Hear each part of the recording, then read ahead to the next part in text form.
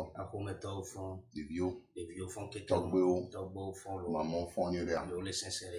Bien, mi di savak bo. Mi a beto di no touch on le to di o le claro non assez. Ami o yon a de Prince GAMT Santé. Mais da pays de kakena mia to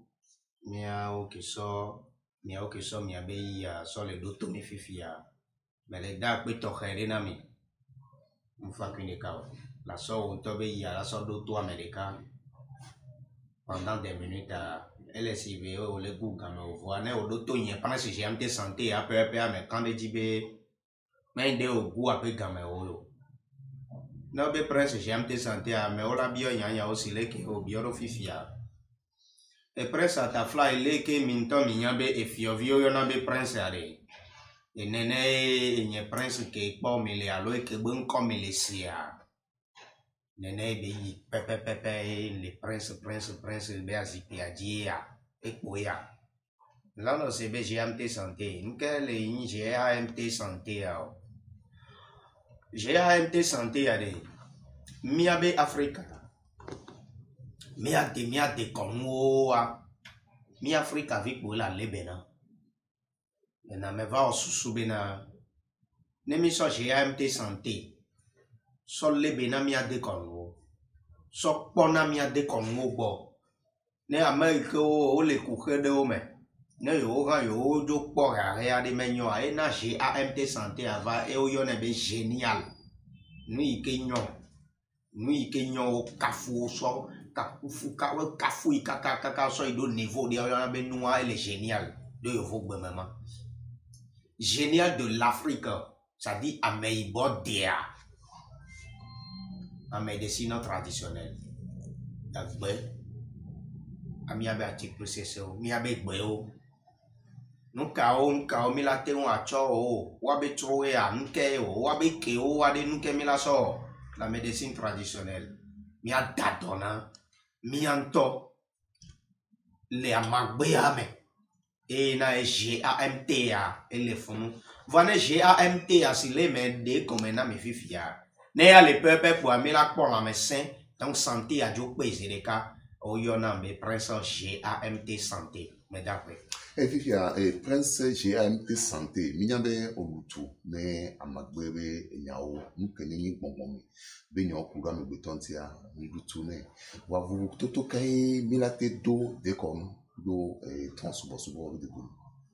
Me d'après be ne mi be transubo subo bole mi a de comme o be akpajide ta flate transubo subo a chan nous de vodou de beyin parce que ne be tron a vodou e beyin vodou ma ike beyin ade ta fra moi occident obe nous de o sauva une religion e chan le de comme moi mais ne obe tron subo ple mi a de comme moi to me abe vo toto ike le me ade de comme moi ne mi so de comme moi tutu ne mi globé na de comme moi ade ça dit que me le diaglon que le tu benya et de comme moi tonton me anu ike le me ale le bon chouchou mais Nemi do religion be akpadia e po emi la gbon be na de tradition vaudou be akpadia de vaudou tron vaudou e cha vaudou be nye le de konwa me voi nemi so de konwa to le ke gloto a la po be na de Amerike o pe pona culture be nyagbo pata yo kata ne o be le be na po a o le de konwa me po lo nene be yi na ewa de konun tonto a ça dit nous ike yin e duato nous ike yin e nous ike jople hia o so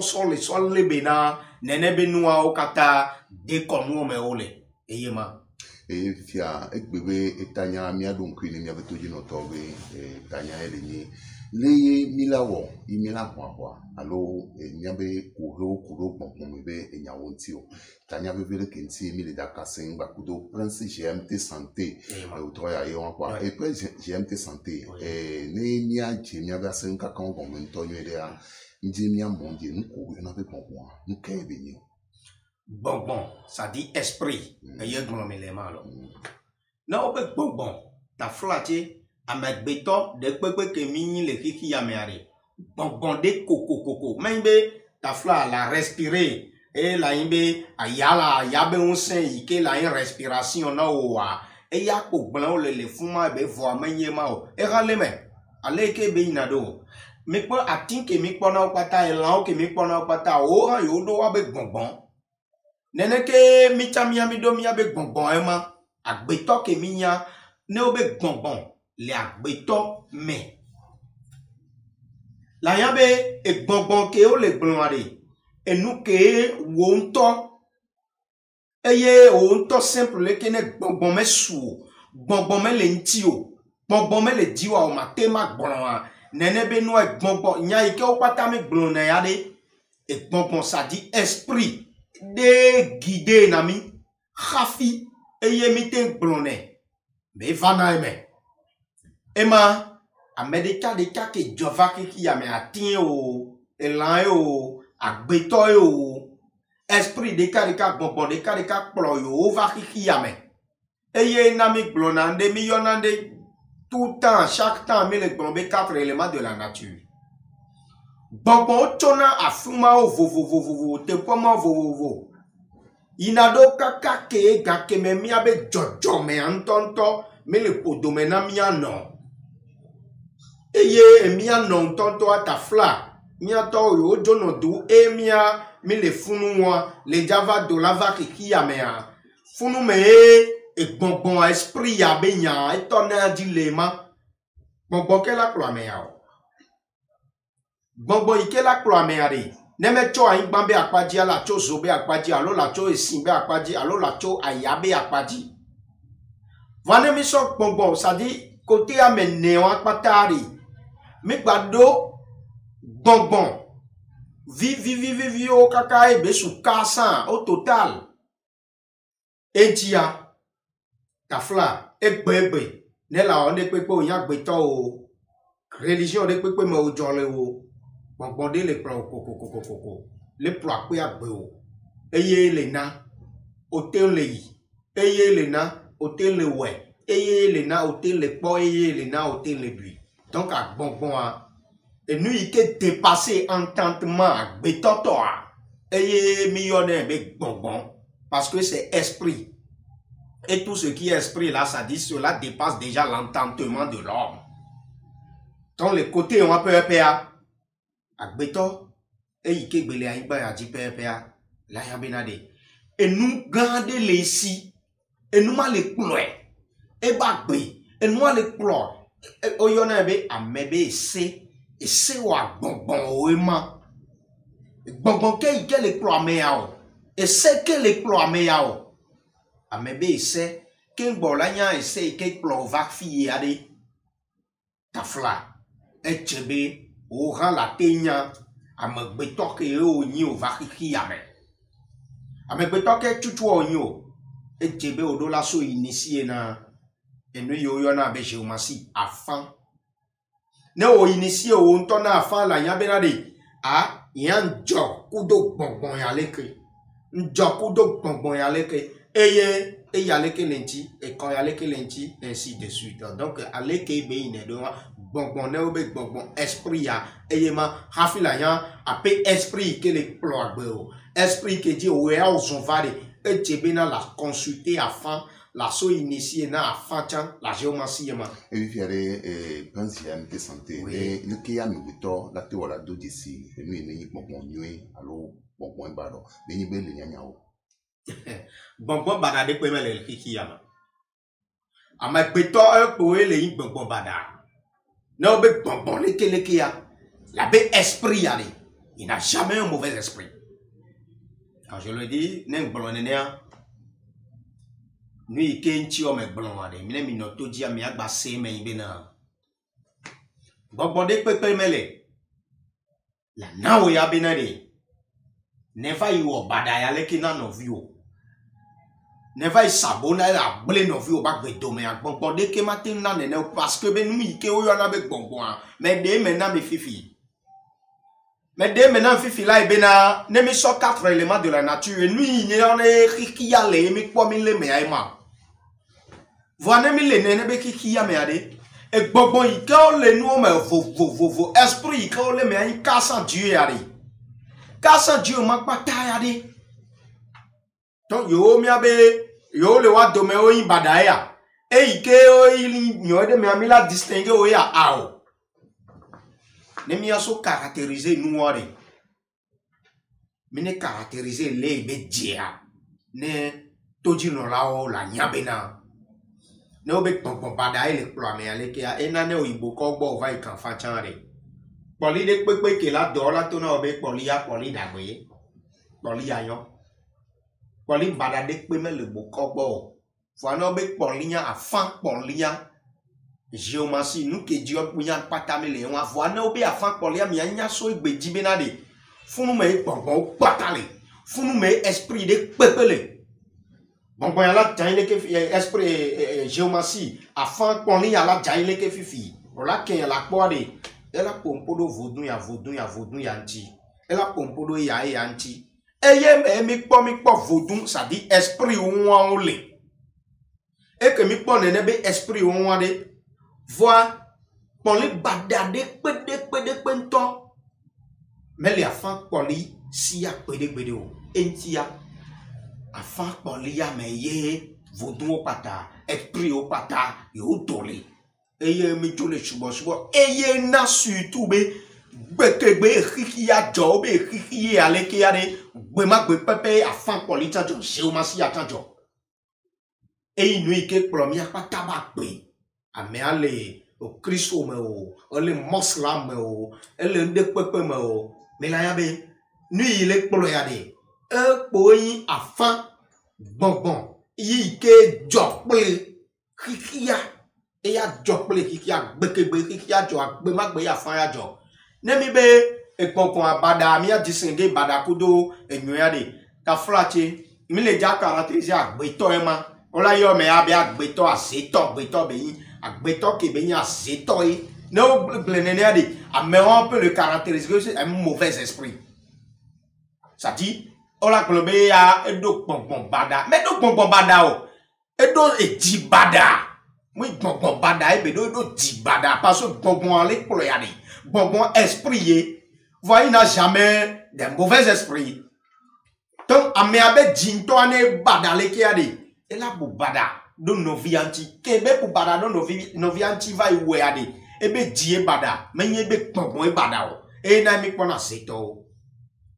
ya seto le ora yo do ato parce badadi yo aole ena mi pona akpobe tafla o plan be esprit maléfique ça dit l'esprit là ne fait que détruire, il ne fait pas du bien et les bena amema e dikele sia eye be gbongbon ahoy so le wenti do e nebe odo fifi egbegbo oke onya megbeto eye o na nunyo amesia me ya be nunyo e we o ne o le dikokwe e ama o nya be dikokwe o le egbe ya pe fifi ne o décider be na de o la va e wu no vi o a kakla o so bozo ka o egbe o so o ne pepe o ale la ya be fun me o la yo be gbongbon bada ke le tutu ame ya be va yo nu yama e di bada le tutu parce que nu ike ji o a ele me tutu o nto gbe la va iwe ade et l'esprit est là très fragile aussi et nous ike obioa et pepe na mi gbe na be là que la bouche est sacrée et il faut dire ça dit des choses faut pas dire des choses vaines et ti mi klon na nene e o rondo ma de me o yo na be bible chan nebe funu ane o nto le jibene awo bada ple no fi o ade e ji ke la si o e o so fa i o bada mai ape gbongbon mate wa ro kaka la fa yo bada o la be o doji ntolo ame yake wonu ya doji ntolo ame yake o bada yake ya doji ntolo e ji ai plus so yi ce n'est pas gbongbon mo esprit anto e o donc aleke be ine do ai ma no be e gbongbon ame yake o me monje me o la so be na esprit e be yin esprit ai le bada ao esprit mo yin esprit bada o esprit a là et à les fous pepe la première ba gbe de le ke me gbe ji do benen non amia e na e ne me le kiki a me pepe a d'abord e chebe mi la to pa do mi ado kwine a me gbe to ngba va manipuler do mi abe esprit a handi o parce que esprit en to le manipuler mi abe agbe et puis il y a des qui a gbe to la ton pa de lokoro benade a même la die de cume la pas benade bon kei tu les pleurs pas beo ne ya quoi de et là où nous yo na be protection elle est sibé et olé et que rafi atinde ne mi do fifi ne mi jibe atima ne ya tingare ne la na mi la kwa ya leke mi la kwa ya leke mi wana le ebe ne ke mi do atia zerika mi dana si nene ya la kwa bene o da si nene ko pepe a donc suye o tamunyo ayagba wonu yo eye kwa de atima leke be la a di kakala eji la va so ati gan ete na fuvwane o topa de vide akpobo na jafu de o so khana de eye ma kan me a atima de aya me chubo zoahan me subon o atima edina kaba leke kaka va yena atiga mi no na mi no na ego mi wona de pepe ina nu yon de na magbeto emi sane la topato de ko wa ele tive no o to binene o ele tive ha o to ahwe ke o tuari e ho apo o tu do an gba oji alo fi yin pe o e o tu leji o me o clôture yo o dasi nene e be le vande ke a me jamais le po ahwe ame e o le po ho me ne o gbe won tru le ke kwa o kwa be a me a won tru e be vie wan le di sale funulo e agban me ve le funulo e o le po nene a ne enu yo e wan gba le ho me le sivele ke o yo na amede o be fifi ton nene e ya ne gbe po nene ne be e jure be la va fi nene be no ado la cho ya de me gba inu be la do a ya se de ka be fi ale ke anu ya le ke le fie e inu ye e be la va fi nene ke ne o han ole eye o jova o me ponya gbogbo ikele plo ne la topa de ne ba inu gana o so me ade ne o da ti ape gbogbo nene po a ale de to a telefonu e ale bada be apaji be di bada e so le plo ba pe ade e la so nene be di aso va iso do o nto e ho me la so do no pe o me ke be cho do me po ade ele ja gble ape gbogbo ike plo we ava parce que be ne mido nous a fidèle au yona un monde ça dit Lucifer ça dit dans l'au-delà un bani et qui a medede be un saint benyo ne obe gbon be et nous ame ne odo gbon to o me ani Amérique le nana be ke pa va do nana be gbon to me a e yare e do un saint eike lateon agba blekudo apek gbongbon ike le plo ya esprit ça dit gbongbon ke le plo o nto agbewa vanene be ame po o nto e o meto pado do ko dati nene po ne be po eji po ade e po be gbongbon ya le ke ade o amejen amejene ne bazan mejen o esprit ya mo de la zan mejen o ba esprit ma le plo ya agbe o e te bene le ame wa le jagble o nto agbe o po ade la so amedien sona kebe sona kwari me gbogbo we a me nye to yen ma ode gbogbo wa me du na medien kebe ko amedien kwari ala ko be gbogbo ala ikate ela so ikate le nti o ela dembe pe le nti o kebe o nene pe kwari o nto o le sibi agbeto gbagba lo le yo gbogbo me le nti o gbogbo me le prodo esprit la c'est ikate déjà de toi ne o do funu pe vi anu ke o ma wa la we faut que me va va la va et nous il m'a tenu dit voilà parce que ben il n'a plus un esprit protecteur en toi il n'a plus ça dit esprit on to et c'est o ame balentio que c'est o balentio ele si be o su bakbalo le yo ne c'est o ajo lentio ne il me trop bovana wala ko be zande ame ama gba no agbafio e lo trozo woni na ele be ame ala parce que be c'est ajo que c'est à joie de bon ike les plots c'est à et c'est à mebe c'est le kia je vais vous donner un secret aujourd'hui à mebe c'est bon esprit à le kia et le sibele que ne mi entend à breton le kia le yo et aya ça dit aya l'air et les plots mi aba ne be aya ta et tous les ameabe c'est amea c'est fini lo le que belle les filles à quoi exemplaire les gbogbo ba padi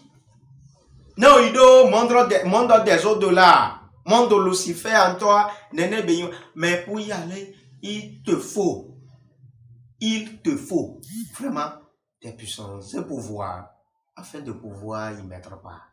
Donc, à l'équilibre, il n'est pas ne pas d'ati mi pe quoi, et vonu ti anglais le mianti, et na etebena, avec betoa, do la topa de l'europe, ne ameden bava blé tomeneo. La quoi bena, foyer bobo de ole. Nous ma vide pour lava. Nous y me la te so mi anto mi abe di. La so gloleke a tirado quoi.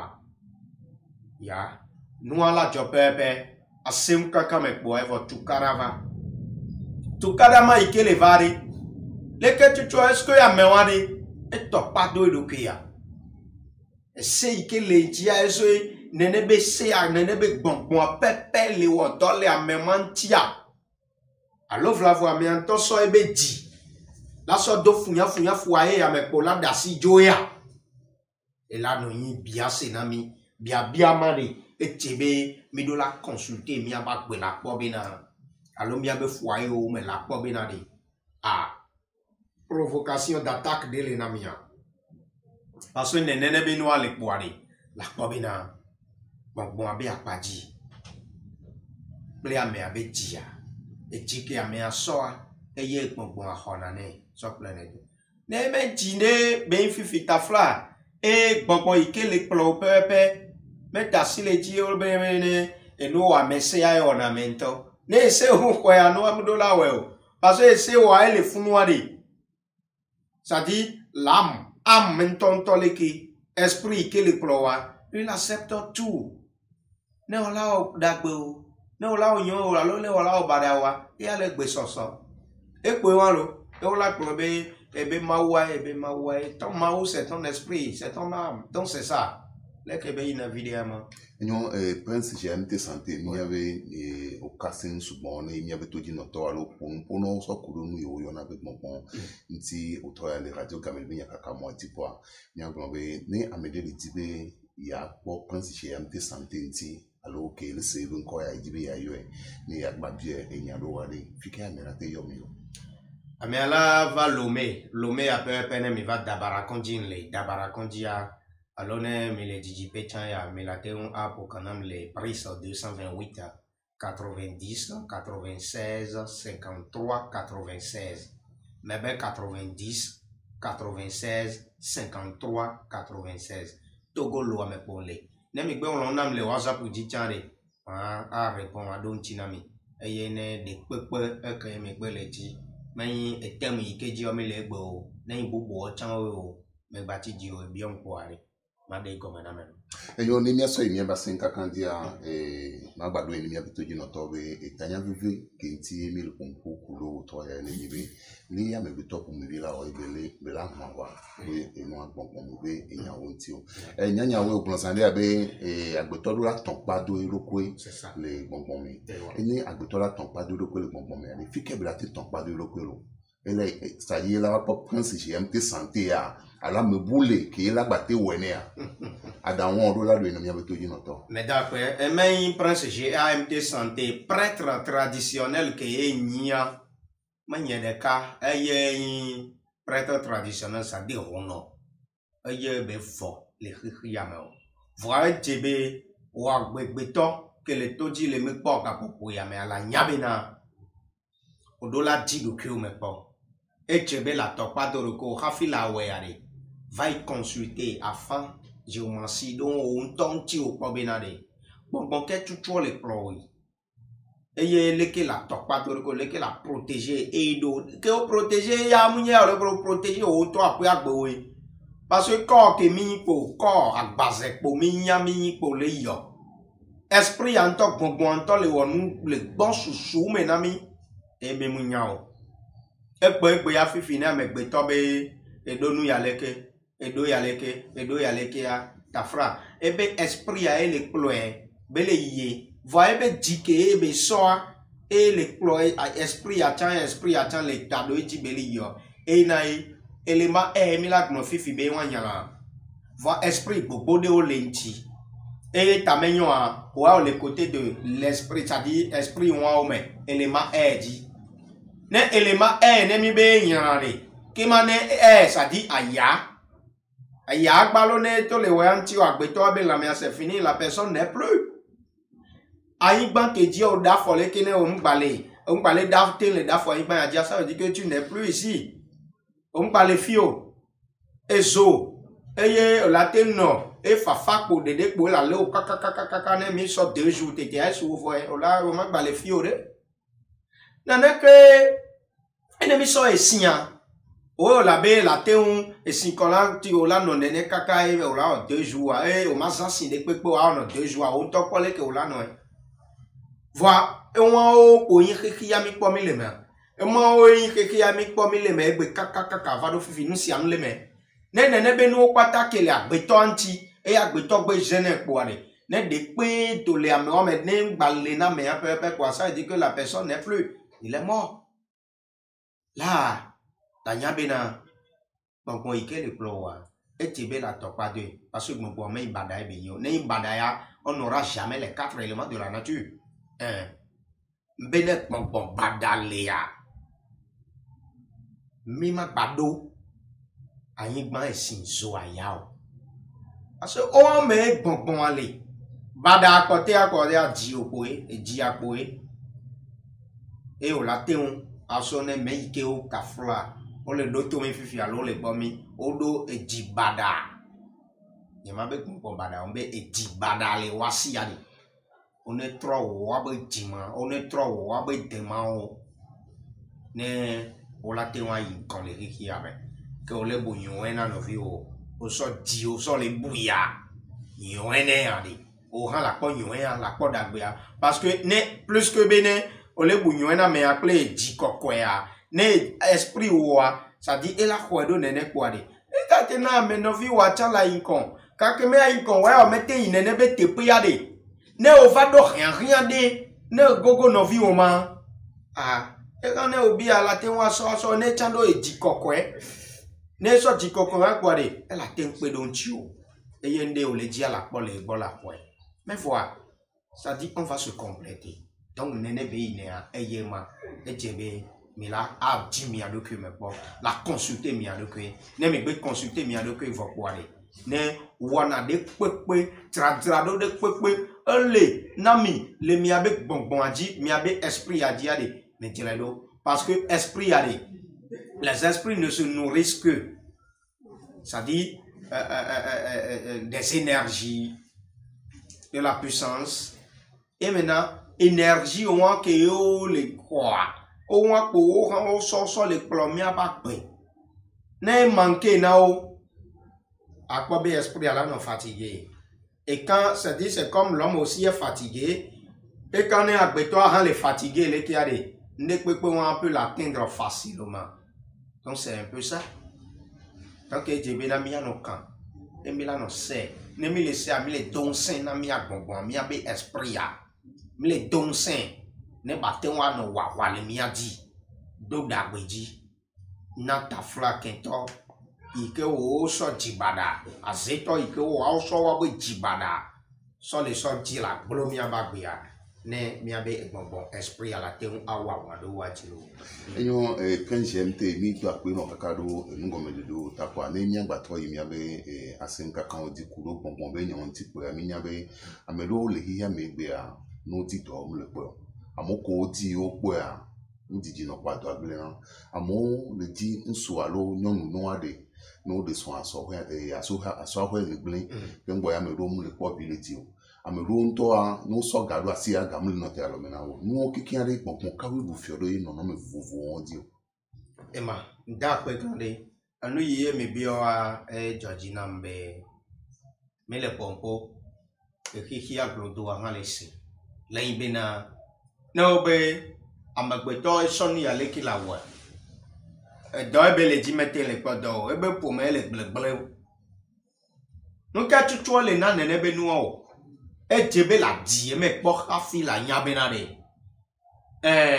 no ka le na nene be nu ale jojo do jiyan est-ce que gbongbon yen le na parce que be ne me gbɔn be gbɔngbɔn bada de ke me le afunu agbana na mi le wa gbɔngbɔn le ke ya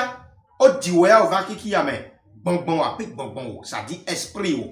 me lɔna be ela donu dien o me lɔna tsa be la do ami djan o